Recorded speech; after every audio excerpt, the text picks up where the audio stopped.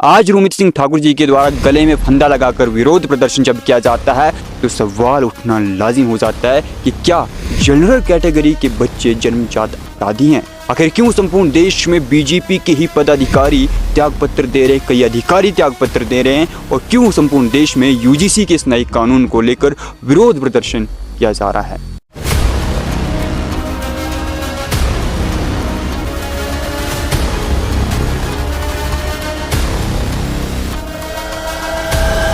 जय श्री राम दोस्तों, 13 जनवरी 2026 को यूजीसी के द्वारा एक नया कानून लाया जाता है।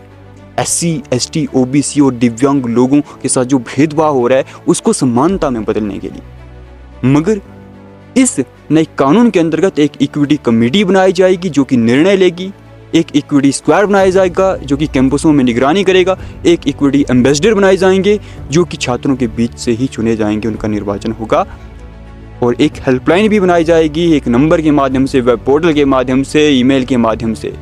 यानी कि अगर एससी, एसटी, ओबीसी या दिव्यांग कोई छात्र कंप्लेंट करता है भेदभाव की, तो 24 घंटे के अंदर वो बैठक होगी, तो 24 घंटे के अंदर वो इक्विटी कमेटी बैठक करेगी। 15 दिन के भीतर वह एक रिपोर्ट पेश करेगी, और रिपोर्ट पेश करने के बाद 7 दिन के भीतर ही कोई कार्रवाई, कोई ठोस एक्शन लिया जाएगा।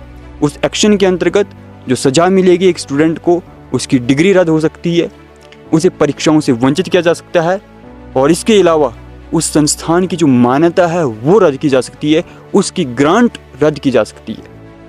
लेकिन अगर जो पर्सन है वो सेटिस्फाई नहीं है तो वो 30 दिन के अंदर अपील भी कर सकता है। मगर स्वर्ण समाज के द्वारा और जनरल कैटेगरी के द्वारा संपूर्ण देश में इसका विरोध प्रदर्शन किया जा रहा है।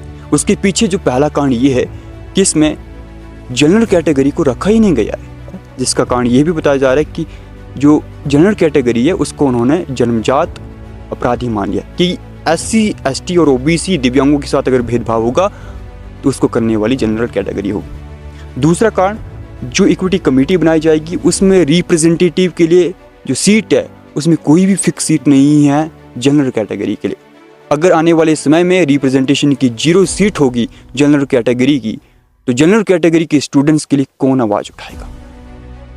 एक और कारण ये भी है कि जनरल कैटेगरी के लिए कोई भी प्रोटेक्शन नहीं दी जाएगी, या जनरल कैटेगरी के लिए प्रोटेक्शन के लिए कुछ भी नहीं है। अगर जनरल कैटेगरी के स्टूडेंट के साथ कुछ होता है तो उन्हें प्रोटेक्शन देने के लिए यहाँ पर कुछ भी नहीं है।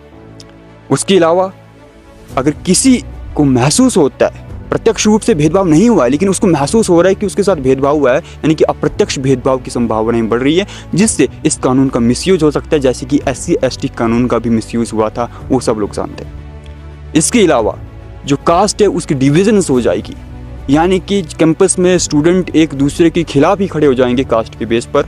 और 5वां रीज़न ये भी सकता है स्टूडेंट पॉलिटिक्स। स्टूडेंट्स पॉलिटिक्स के लिए भी इसका यूज़ कर सकते हैं, इसका मिसयूज मास लेवल पर हो सकता है। इसलिए स्वर्ण समाज और जनरल कैटेगरी के लोग संपूर्ण देश में इसका विरोध प्रदर्शन कर रहे हैं। तो यहाँ पर मैं भी इतना कहना चाहता हूँ कि कानून सही है, कानून समानता के लिए लाया गया था, लेकिन इसमें जनरल कैटेगरी को ऐड नहीं करना ये गलत है। जनरल कैटेगरी को भी ऐड किया जाना चाहिए, जनरल कैटेगरी को भी प्रोटेक्शन मिलनी चाहिए, जनरल कैटेगरी के लिए भी फिक्स सीट होनी चाहिए रिप्रेजेंटेशन में, रिप्रेजेंटेटिव के रूप में।